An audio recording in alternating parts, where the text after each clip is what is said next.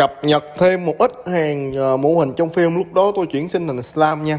Ma Dương Milim Special Edition. Con này là bản đặc biệt, có cái hiệu ứng ngay tay luôn nha anh em. Tiếp theo là Ma Dương Valentine Luminous. Con này thì có giá anh em up mã đâu đó cũng chỉ khoảng 301, 320 thôi.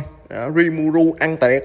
Raphael, hệ thống trong người Rimuru dòng Effect Dream. Con này có một cái hiệu ứng hào quang màu vàng ở đằng sau. Lại thêm một con Diablo nữa, con chiến đấu thì hết rồi. Còn cái con như thế này thôi cũng đẹp lắm anh em ạ, hơn 300. Benimaru dáng chiến đấu cũng hơn 300. Veldora ngồi hôm trước hết, hôm nay giờ lại dáng chiến đấu. Anh em mua hàng bấm góc trái màn hình tham khảo nha.